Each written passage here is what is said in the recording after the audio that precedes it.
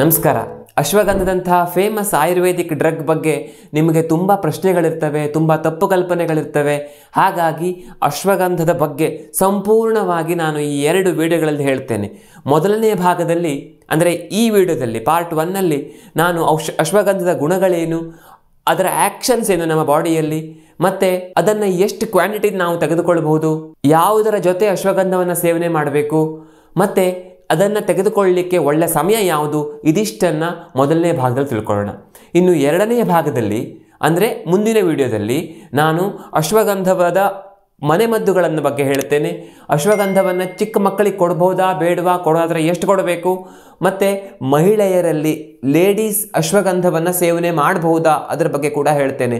ತುಂಬ ಜನ ಕೇಳ್ತಾರೆ, ಟೆಸ್ಟೋಸ್ಟೆರಾನ್ ಹಾರ್ಮೋನ್ ಅದರಿಂದ ಹೆಚ್ಚಾಗತ್ತಲ್ವಾ, ಸೊ ಲೇಡೀಸ್ ತಗೊಂಡ್ರೆ ಸಮಸ್ಯೆ ಆಗತ್ತಾ, ಇದ್ರ ಬಗ್ಗೆ ತುಂಬ ಪ್ರಶ್ನೆ ಇದೆ, ಅದರ ಬಗ್ಗೆ ಹೇಳ್ತೇನೆ. ಮತ್ತು ಅಶ್ವಗಂಧದ ಆ್ಯಕ್ಷನ್ಸ್ ತೋರಿಸಲಿಕ್ಕೆ ಎಷ್ಟು ಸಮಯ ಬೇಕಾಗತ್ತೆ, ಎಷ್ಟು ಸಮಯದವರೆಗೆ ಅಶ್ವಗಂಧವನ್ನು ನಿರಂತರವಾಗಿ ಸೇವನೆ ಮಾಡಬಹುದು, ಇದಿಷ್ಟನ್ನು ಎರಡನೆಯ ವಿಡಿಯೋದಲ್ಲಿ ಹೇಳ್ತೇನೆ. ಸೊ ಇವತ್ತು ಮೊದಲನೇ ವಿಷಯ, ಅಶ್ವಗಂಧದ ಗುಣಗಳೇನು. ಅಶ್ವಗಂಧಕ್ಕೆ ಸಿಹಿ, ಕಹಿ ಮತ್ತು ಒಗರು ಟೇಸ್ಟ್ ಇದೆ. ಮತ್ತು ಅಶ್ವಗಂಧ ಜೀರ್ಣಕ್ಕೆ ಲಘುವಾಗಿರುತ್ತೆ, ಉಷ್ಣ ಗುಣವನ್ನು ಹೊಂದಿದೆ, ಮತ್ತು ಸ್ನಿಗ್ಧ ಗುಣ ಅಂದರೆ ಜಿಡ್ಡಿನ ಅಂಶ ಅಶ್ವಗಂಧದಲ್ಲಿ ಇದೆ ಅಂತ.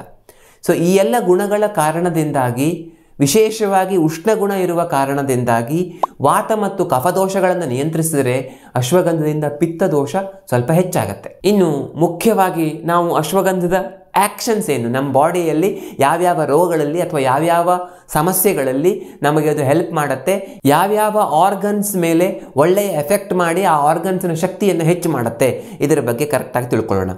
ಮೊದಲನೇದಾಗಿ ಮೆದುಳು. ನಮಗೆ ಗೊತ್ತಿದೆ ಅಶ್ವಗಂಧವನ್ನು ತೆಗೆದುಕೊಂಡ್ರೆ ನಮಗೆ ಅದು ಬ್ರೈನ್ ಟಾನಿಕ್ಕಾಗಿ ಕೆಲಸ ಮಾಡುತ್ತೆ ಅಂತ ತುಂಬ ಜನ ಕೇಳಿದ್ದೀರಿ ನೀವು. ಆದರೆ ಯಾವ ರೀತಿಯಲ್ಲಿ ಕೆಲಸ ಮಾಡುತ್ತೆ?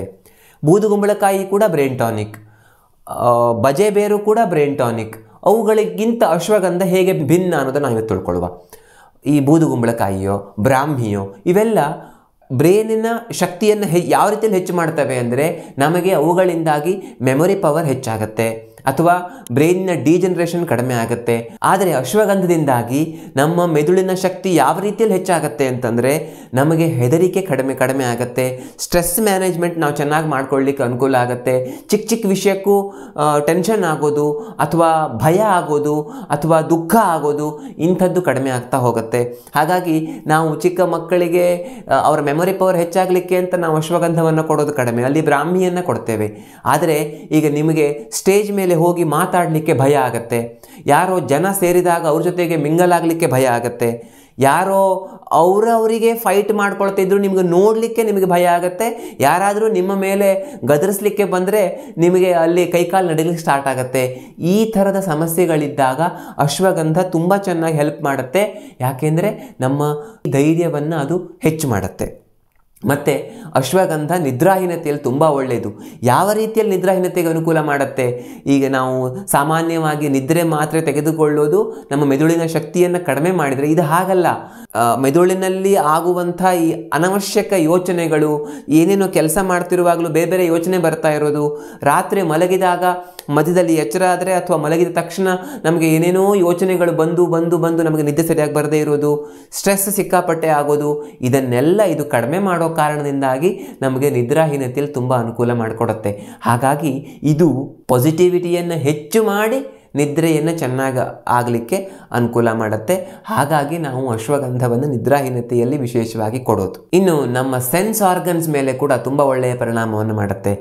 ಅಂದರೆ ನರಗಳಿಗೆ ಶಕ್ತಿ ಕೊಡುವ ಗುಣ ಇದಕ್ಕೆ ಇರೋದರಿಂದ ಇದು ಕಣ್ಣು, ಕಿವಿ, ನಾಲಿಗೆ ಈ ಥರದ ನಮ್ಮ ಸೆನ್ಸ್ ಆರ್ಗನ್ಸಿನ ಶಕ್ತಿಯನ್ನು ಇದು ಹೆಚ್ಚು ಮಾಡುತ್ತೆ. ವಿಶೇಷವಾಗಿ ವಯಸ್ಸಾಗ್ತಾ ಹೋದ ನಂತರ ನಮ್ಮ ಇಂದ್ರಿಯ ದೌರ್ಬಲ್ಯ ಹೆಚ್ಚಾಗತ್ತಲ್ವ, ನಮ್ಮ ಸೆನ್ಸ್ ಆರ್ಗನ್ಸ್ ನಮ್ಮ ಕೆಪಾಸಿಟಿಯನ್ನು ಕಡಿಮೆ ಆಗ್ತಾ ಹೋಗುತ್ತಲ್ಲ, ಅಂಥ ಸಂದರ್ಭದಲ್ಲಿ ಅಶ್ವಗಂಧವನ್ನು ನಾವು ರಸಾಯನದ ರೂಪದಲ್ಲಿ ಕೊಡ್ತೇವೆ. ರಸಾಯನ ಅಂತಂದರೆ ನಮ್ಮ ದೇಹದ ಜೀವಕೋಶಗಳ ಶಕ್ತಿಯನ್ನು ಹೆಚ್ಚು ಮಾಡುವಂಥದ್ದು ಅಂತ. ಆ ಥರ ನಾವು ಅಶ್ವಗಂಧನ ತೆಗೆದುಕೊಂಡಾಗ ನಮ್ಮ ಸೆನ್ಸ್ ಆರ್ಗನ್ಸಿನ ಶಕ್ತಿ ಹೆಚ್ಚಾಗುತ್ತೆ. ಹಾಗಾಗಿ ವಿಶೇಷವಾಗಿ ವಯಸ್ಸಾದ ನಂತರ ಇದನ್ನು ಹೆಚ್ಚಾಗಿ ಸೇವನೆ ಮಾಡಬೇಕು, ಈ ಉದ್ದೇಶಕ್ಕಾಗಿ ಸೇವನೆ ಮಾಡಬೇಕು. ಇನ್ನು ಥೈರಾಯ್ಡ್ ಸಮಸ್ಯೆ ಇರುವವರಿಗೆ ಅಶ್ವಗಂಧವನ್ನು ಬಹುತೇಕ ಡಾಕ್ಟರ್ಸ್ ಬರೆದು ಕೊಡ್ತಾರೆ ಅಥವಾ ಅಶ್ವಗಂಧ ಇರುವಂಥ ಔಷಧಗಳನ್ನು ಕೊಡ್ತಾರೆ. ಯಾಕೆ ಅಂದರೆ ಮೊದಲನೇದಾಗಿ ಆಟೋ ಇಮ್ಯೂನ್ ಡಿಸೀಸಸ್ಸಲ್ಲಿ ಅಶ್ವಗಂಧ ತುಂಬ ಹೆಲ್ಪ್ಫುಲ್. ಎಷ್ಟೋ ಬಾರಿ ಆಟೋ ಇಮ್ಯೂನ್ ಸಮಸ್ಯೆಯಿಂದಾಗಿ ಥೈರಾಯ್ಡ್ ಸಮಸ್ಯೆ ಆಗ್ತಾ ಇರುತ್ತೆ. ಹಾಗಾಗಿ ಅಂಥದ್ರಲ್ಲಿ ಹೆಲ್ಪ್ ಆಗುತ್ತೆ. ಜೊತೆಗೆ ಅಶ್ವಗಂಧದಿಂದಾಗಿ ಸ್ಟ್ರೆಸ್ ಲೆವೆಲ್ ನಾನು ಆಗಲೇ ಹೇಳಿದಾಗೆ ಅದು ಕಡಿಮೆ ಆಗೋದ್ರಿಂದ ಥೈರಾಯ್ಡ್ ಮೇಲೆ ಅನುಕೂಲ ಆಗುತ್ತೆ. ಹಾಗಾಗಿ ಥೈರಾಯ್ಡ್ ಪೇಷಂಟ್ಸಿಗೂ ಕೂಡ ಅಶ್ವಗಂಧ ಹೆಲ್ಪ್ಫುಲ್. ಶ್ವಾಸಕೋಶಕ್ಕೆ ಸಂಬಂಧಪಟ್ಟ ಸಮಸ್ಯೆಗಳಿರುವಂಥವರು ತುಂಬ ಜನರಿಗೆ ವಯಸ್ಸಾಗ್ತಾ ಹೋದ ಹಾಗೆ ಅವರಿಗೆ ಇರುವಂಥ ಅಸ್ತಮಾದ ಸಮಸ್ಯೆಯಿಂದಾಗಿ ಅವರು ವೀಕ್ ಆಗ್ತಾ ಹೋಗ್ತಾರೆ. ದೇಹಕ್ಕೆ ಆಕ್ಸಿಜನ್ ಸರಿಯಾಗಿ ಸಿಗೋದಿಲ್ಲ ಅಥವಾ ದೇಹ ಆ ಅಸ್ತಮಾದ ಕಾರಣದಿಂದಾಗಿ ಒಂದು ರೀತಿಯಲ್ಲಿ ದುರ್ಬಲ ಆಗಿ ಅವರು ಈ TB ಪೇಷಂಟ್ಸ್ ಥರ ಕಾಣಲಿಕ್ಕೆ ಸ್ಟಾರ್ಟ್ ಆಗ್ತಾರೆ. ಅಂಥ ಸಂದರ್ಭದಲ್ಲಿ ಅವರ ಇಡೀ ದೇಹದ ಶಕ್ತಿಯನ್ನು ಹೆಚ್ಚು ಮಾಡೋದಲ್ಲದೇ ಅವರ ಶ್ವಾಸಕೋಶಕ್ಕೆ ವಿಶೇಷವಾದ ಶಕ್ತಿಯನ್ನು ಕೊಡುತ್ತೆ. ಹಾಗಾಗಿ ಈ ಅಲರ್ಜಿಕ್ ರೈನೈಟಿಸ್ ಅಥವಾ ಅಲರ್ಜಿಕ್ ಬ್ರಾಂಕೈಟಿಸ್ ಅಸ್ತಮಾದಂಥ ಸಮಸ್ಯೆ ಇರುವಂಥವರು ಅಶ್ವಗಂಧವನ್ನು ಸೇವನೆ ಮಾಡಬಹುದು. ಅದರಲ್ಲೂ ಅಶ್ವಗಂಧಕ್ಕೆ ಮೊದಲನೇದಾಗಿ ಶ್ವಾಸಕೋಶ ಶಕ್ತಿ ಮಾಡುವ ಗುಣ ಇರೋದಾಯಿತು. ಮತ್ತು ಅಶ್ವಗಂಧಕ್ಕೆ ಉಷ್ಣ ಗುಣ ಇರುವ ಕಾರಣದಿಂದಾಗಿ ವಾತ ಮತ್ತು ಕಫದೋಷಗಳನ್ನು ನಿಯಂತ್ರಣ ಮಾಡುವ ಗುಣ ಇರೋದ ಕಾರಣದಿಂದಾಗಿ ಅಸ್ತಮ ವಿಶೇಷವಾಗಿ ವಾತ ಮತ್ತು ಕಫದೋಷಕ್ಕೆ ಸಂಬಂಧಪಟ್ಟ ಸಮಸ್ಯೆ ಆಗಿರೋ ಕಾರಣದಿಂದಾಗಿ ಅಶ್ವಗಂಧ ಅಸ್ತಮಾ ಪೇಷಂಟ್ಸಿಗೆ, ಶ್ವಾಸಕೋಶ ದುರ್ಬಲ ಆಗಿರುವಂಥವರಿಗೆ, TB ಬಂದು ಗುಣ ಆಗಿರುವವರು ಅಥವಾ TB ಸಮಸ್ಯೆಯಿಂದ ಬಳಲ್ತಾ ಇರುವಂಥವರಿಗೆ ತುಂಬ ಹೆಲ್ಪ್ಫುಲ್. ತುಂಬ ಜನರ ಕಂಪ್ಲೇಂಟ್ ಏನಿರುತ್ತೆ ಅಂದರೆ, ನಾನು ನೋಡಲಿಕ್ಕೆ ಚೆನ್ನಾಗಿ ದಪ್ಪ ಇದ್ದೇನೆ, ಆದರೆ ನನಗೆ ಶಕ್ತಿಯ ಕೊರತೆ ಇದೆ. ಮಾಂಸಖಂಡಗಳಲ್ಲಿ ತುಂಬ ವೀಕ್ನೆಸ್ ಇರುತ್ತೆ. ಮಾಂಸಖಂಡಗಳಲ್ಲಿ ಎಷ್ಟು ನೋವಿರುತ್ತೆ ಅಂತಂದರೆ, ಯಾರಾದರೂ ಒಬ್ಬರು ಒತ್ತು ಕೊಡ್ತಾ ಇದ್ದರೆ ಮಾತ್ರ ನನಗೆ ನಿದ್ದೆ ಮಾಡಲಿಕ್ಕೆ ಸಾಧ್ಯ, ಇಲ್ಲ ಅಂದರೆ ಆಗೋದಿಲ್ಲ. ಕಾಲಿನ ಮೀನಖಂಡಗಳಲ್ಲಿ ತುಂಬ ನೋವು ಬರುತ್ತೆ. ಈ ಥರ ಕಂಪ್ಲೇಂಟ್ಸ್ ಹೇಳುವವರಿಗೆ ಅವರ ಮಾಂಸಖಂಡಗಳಿಗೆ ಶಕ್ತಿ ಕೊಡಲಿಕ್ಕೆ ಅಶ್ವಗಂಧ ತುಂಬ ಒಳ್ಳೆಯದು. ಅಶ್ವಗಂಧವನ್ನು ರಸಾಯನ ಅಂತಂದರೆ ಈ ಮಲೆನಾಡಿನೆಲ್ಲ ಮಾಡುವಂಥ ಬಾಳೆಹಣ್ಣಿಂದೋ ಮಾವಿನ ಹಣ್ಣಿನ ರಸಾಯನ ಅಲ್ಲ. ಇಲ್ಲಿ ರಸಾಯನ ಅಂತಂದರೆ ನಾನು ಆಗಲೇ ಹೇಳಿದ ಹಾಗೆ ದೇಹದ ಶಕ್ತಿಯನ್ನು ಹೆಚ್ಚು ಮಾಡುವಂಥ, ಮುಪ್ಪನ್ನು ದೂರ ಮಾಡುವಂಥ ಔಷಧವಾಗಿ, ಅಂದರೆ ಇಲ್ಲಿ ಔಷಧ ಅನ್ನೋದಕ್ಕಿಂತ ಒಂದು ಟಾನಿಕ್ ಆಗಿ ಇದನ್ನು ಅಶ್ವಗಂಧವನ್ನು ಬಳಕೆ ಮಾಡೋದರಿಂದ ಮಾಂಸಖಂಡಗಳಲ್ಲಿ ಶಕ್ತಿ ಬರುತ್ತೆ. ಇಂಥವ್ರು ಎಲ್ಲರಿಗೂ ಅನುಕೂಲ ಆಗುತ್ತೆ. ವೇಟ್ ಕಡಿಮೆ ಇರುವಂಥವ್ರಿಗೆ ಅನುಕೂಲ ಆಗುತ್ತೆ. ವೇಟ್ ಚೆನ್ನಾಗಿದ್ದರೂ ಕೂಡ ಬಹಳ ಸುಸ್ತು ಅಂತೆಲ್ಲ ಹೇಳುವಂಥವರಿಗೆ, ಮಾಂಸಖಂಡಗಳು ವೀಕ್ ಅಂತ ಹೇಳುವಂಥವರಿಗೆ ಹೆಲ್ಪ್ ಆಗುತ್ತೆ. ಇನ್ನು ವಯಸ್ಸಾಗ್ತಾ ಹೋದ ಹಾಗೆ ಇತ್ತೀಚೆಗೆ ಚಿಕ್ಕ ವಯಸ್ಸಲ್ಲೂ ಕೂಡ ಬರ್ತಾ ಇದೆ ಮಂಡಿ ನೋವು ಅಥವಾ ಬೇರೆ ಜಾಯಿಂಟ್ಸಲ್ಲಿ ನೋವು. ರುಮಟೋಯ್ಡ್ ಆರ್ಥರೈಟಿಸ್ ಇರುವಂಥವರಿಗೆ ಈ ಎಲ್ಲ ಚಿಕ್ಕ ಸಂಧಿಗಳಲ್ಲಿ ತುಂಬ ಬಿಗಿತ ನೋವು ಇರುತ್ತೆ, ತುಂಬ ಸುಸ್ತಿರುತ್ತೆ. ಹೀಗೆ ಜಾಯಿಂಟ್ಸ್ ಮತ್ತು ನರಗಳಿಗೆ ಸಂಬಂಧಪಟ್ಟ ಸಮಸ್ಯೆ ಇರುವಂಥವ್ರು, ನರಗಳಿಗೆ ಸಂಬಂಧಪಟ್ಟಂತಹ ಕೆಲವು ಸಮಸ್ಯೆಗಳು, ಉದಾಹರಣೆಗೆ ಸಯಾಟಿಕ್ ಆದಂಥ ನೋವಿರ್ಬೋದು, ಸೊಂಟ ನೋವಿರ್ಬೋದು, ಕತ್ತು ನೋವಿರ್ಬೋದು. ಈ ಥರ ಸವಕಳಿಯ ಕಾರಣದಿಂದ ಅಥವಾ ಆಟೋ ಇಮ್ಯೂನ್ ಡಿಸೀಸಿನ ಕಾರಣದಿಂದ, ನರದ ವೀಕ್ನೆಸ್ ಕಾರಣದಿಂದ ಆಗುವ ಎಲ್ಲ ರೀತಿಯ ನೋವುಗಳಲ್ಲಿ ಕೂಡ ಅಶ್ವಗಂಧ ತುಂಬ ಹೆಲ್ಪ್ಫುಲ್. ರುಮಟೋಯ್ಡ್ ಆರ್ಥರೈಟಿಸ್ ಇರುವಂಥ ಪೇಷಂಟ್ಸಿಗೆ ಎಷ್ಟೋ ಬಾರಿ ಸ್ಟ್ರೆಸ್ ಕೂಡ ತುಂಬ ಇರುತ್ತೆ. ಅವರ ನೋವನ್ನು, ಆ ಹಿಂಸೆಯನ್ನು ಅನುಭವಿಸ್ಲಿಕ್ಕೆ ಅದು ಟೆನ್ಷನ್ ಕೂಡ ಇರುತ್ತೆ, ವೀಕ್ನೆಸ್ ಇರುತ್ತೆ. ಜೊತೆಗೆ ಆಟೋ ಇಮ್ಯೂನ್ ಡಿಸೀಸ್ ಇದೆಲ್ಲ ಇರೋದ್ರಿಂದ ನಾವು ಅಶ್ವಗಂಧವನ್ನು ಅಂಥವರಿಗೆ ಕೊಡಬಹುದು.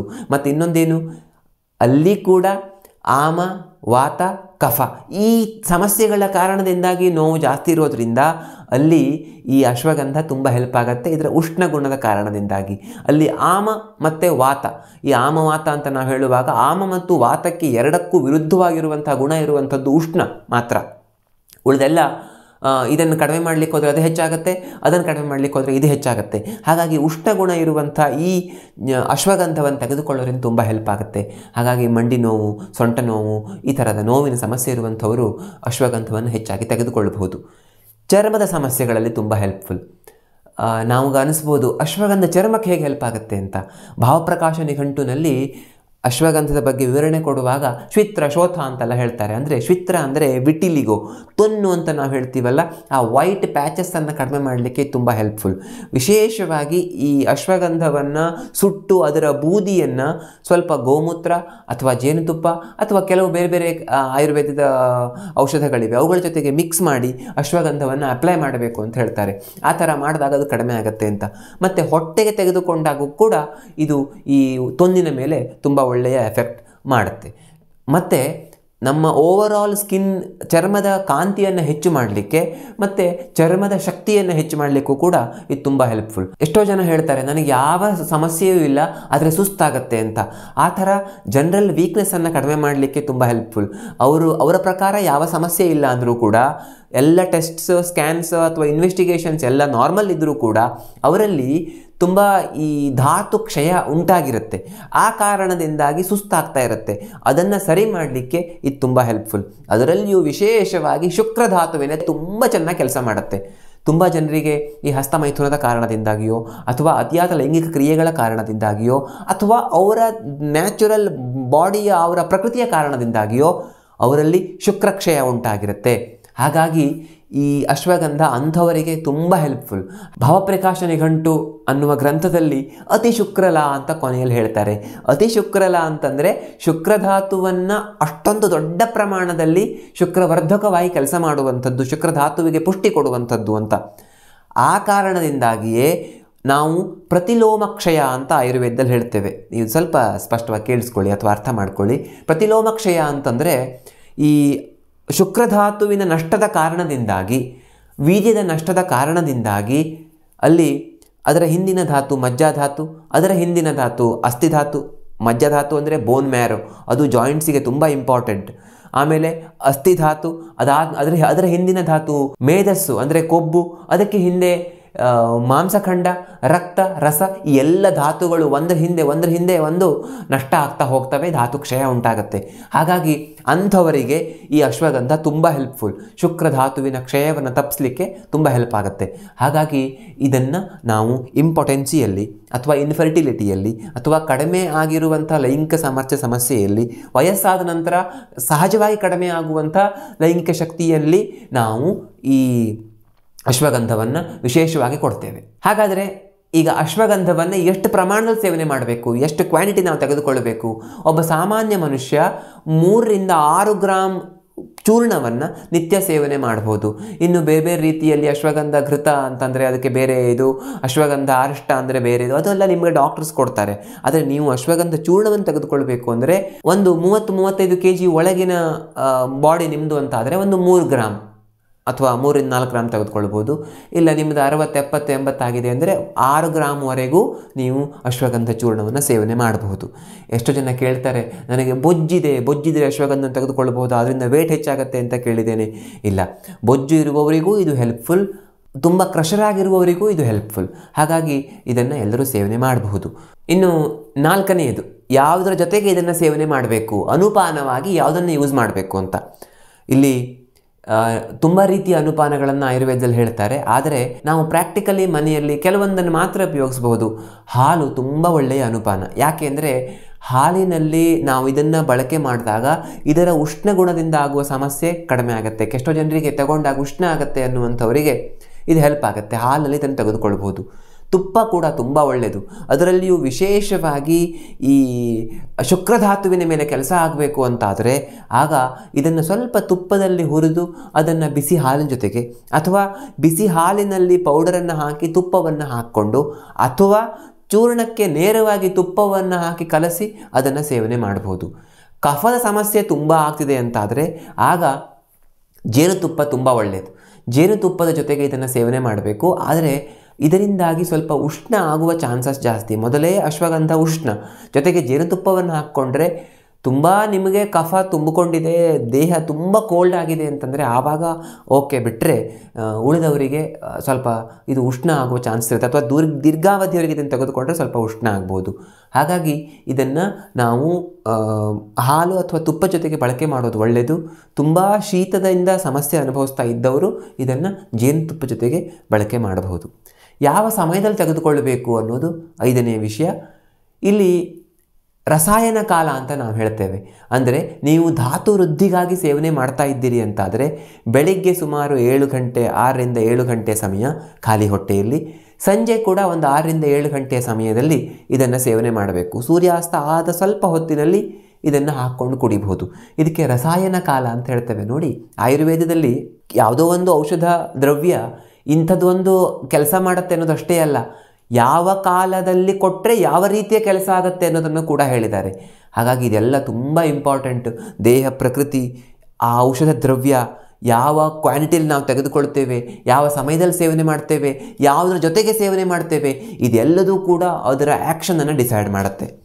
ಇನ್ನು ನಿಮಗೆ ಈ ಅಪಾನ ವಾಯುವಿಗೆ ಸಂಬಂಧಪಟ್ಟ ಸಮಸ್ಯೆ ಇದ್ದರೆ, ಅಂದರೆ ಸಿಂಪಲ್ಲಾಗಿ ಹೇಳಬೇಕು ಅಂದರೆ ಈ ಹೊಕ್ಕಳಿನ ಕೆಳಗಿನ ಸಮಸ್ಯೆಗಳು ಆಗ್ತಾ ಇದ್ದರೆ, ಆ ಭಾಗದಲ್ಲಿ ತೊಂದರೆ ಆಗ್ತಾ ಇದ್ದರೆ, ಅಂಥ ಸಂದರ್ಭದಲ್ಲಿ ಇದನ್ನು ಊಟಕ್ಕೆ ಸ್ವಲ್ಪ ಹೊತ್ತು ಮೊದಲು 10-15 ನಿಮಿಷ ಮೊದಲು ಸೇವನೆ ಮಾಡಬಹುದು. ಇನ್ನು ರಾತ್ರಿ ನಿದ್ದೆ ಆಗೋದಿಲ್ಲ, ನಿದ್ದೆಗಾಗಿ ಬೇಕು ಅಂತೆಲ್ಲ ಇದ್ದರೆ, ರಾತ್ರಿ ಊಟವನ್ನು ನೀವು ಒಂದು 8 ಗಂಟೆಗೆ ಮಾಡ್ತೀರಿ ಅಂತಾದರೆ ಬೇಗ ಮಾಡಬೇಕು. 8 ಗಂಟೆಗೆ ಮಾಡ್ತೀರಿ ಅಂತಾದರೆ ಒಂದು 9-9:30 ಹೊತ್ತಿಗೆ ಬಿಸಿಯಾಗಿರುವಂಥ ತೆಳ್ಳಗಿನ ಹಾಲಿನಲ್ಲಿ ಅಶ್ವಗಂಧವನ್ನು ಹಾಕ್ಕೊಂಡು ಕುಡಿಬಹುದು. ನಾನು ಹಲವಾರು ಬಾರಿ ಹೇಳಿದ್ದೇನೆ, ರಾತ್ರಿ ಮಲಗುವಾಗ ಹಾಲು ಕುಡಿಯೋದು ಒಳ್ಳೆಯದಲ್ಲ ಅಂತ. ಆದರೆ ನಿದ್ದೆಗಾಗಿ ನೀವು ತಗೊಳ್ತಾ ಇದ್ದರೆ, ನಿಮಗೆ ಕಫದ ಸಮಸ್ಯೆಗಳಿಲ್ಲ ಅಂತಾದರೆ, ನಿಮ್ಮ ಜೀರ್ಣಶಕ್ತಿ ತುಂಬ ಚೆನ್ನಾಗಿದೆ ಅಂತಾದರೆ ಓಕೆ, ಸ್ವಲ್ಪ ತೆಳ್ಳಗಿನ ಬಿಸಿ ಹಾಲನ್ನು ಅಶ್ವಗಂಧ ಚೂರ್ಣ ಜೊತೆಗೆ ಸೇವನೆ ಮಾಡಬಹುದು. ಮೊದಲನೇ ಭಾಗದಲ್ಲಿ ಇವಿಷ್ಟು ವಿಷಯ ಸಾಕು. ಎರಡನೇ ಭಾಗದಲ್ಲಿ ಯಾರು ಸೇವನೆ ಮಾಡೋದು ಬೇಡ, ಚಿಕ್ಕ ಮಕ್ಕಳು ತೆಗೆದುಕೊಳ್ಬಹುದಾ, ಮಹಿಳೆಯರು ತೆಗೆದುಕೊಳ್ಬಹುದಾ, ಅದರಿಂದ ಈ ಹೋಮ್ ರೆಮಿಡೀಸ್ ಯಾವ ರೀತಿ ಎಲ್ಲ ಮಾಡ್ಕೊಳ್ಬಹುದು, ಈ ಥರದ ಡೀಟೇಲ್ಸ್ ಎಲ್ಲ ತಿಳ್ಕೊಳ್ಳೋಣ. ಎರಡನೇ ಭಾಗದಲ್ಲಿ ಮತ್ತೆ ಸಿಗೋಣ. ಧನ್ಯವಾದ.